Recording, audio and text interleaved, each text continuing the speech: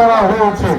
আমরা প্রথমে স্মরণ করছি কৃতজ্ঞ চিত্তে আমাদের মহান স্বাধীনতার ঘোষক, মহান স্বাধীনতা যুদ্ধ যার ঘোষণার মাধ্যমে বাংলাদেশ জাতীয়তাবাদী দলের যিনি প্রতিষ্ঠাতা দীর্ঘ 9 মাস যুদ্ধ করে বাংলাদেশের সাধারণ মানুষকে সাথে নিয়ে উজ্জীবিত করে যুদ্ধ করেছিলেন এবং সেই মহান স্বাধীনতা যুদ্ধে বাংলাদেশ বিজয়ী হয়েছিল, বাংলাদেশ স্বাধীন হয়েছিল।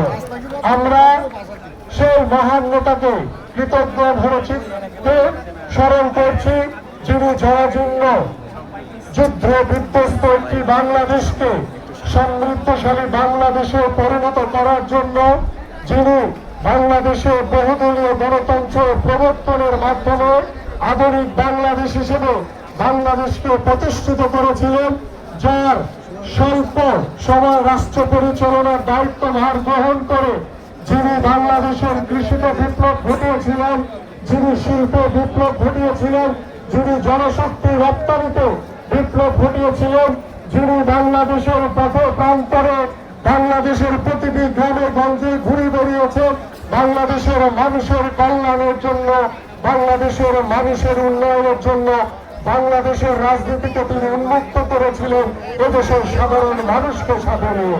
আমরা সেই মহান নেতার রুহের মাগফিরাত কামনা করছি এবং আমরা আমাদের বাংলাদেশ জাতীয়তাবাদী দলের প্রতিষ্ঠাতা শহীদ রাষ্ট্রপতি জিয়াউর রহমানকে কৃতজ্ঞ চিত্তে আমরা স্মরণ করছি।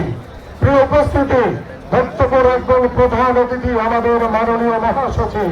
আমি শুধু সংক্ষেপে বলতে চাই, আজকে 2রা সেপ্টেম্বর বাংলাদেশ জাতীয়তাবাদী দল বিএনপির নির্ধারিত প্রোগ্রাম ছিল পল্টন কার্যালয় থেকে মালিবাগ মৌচাক হয়ে বাংলা মোটরে আমরা একটি র্যালি করব।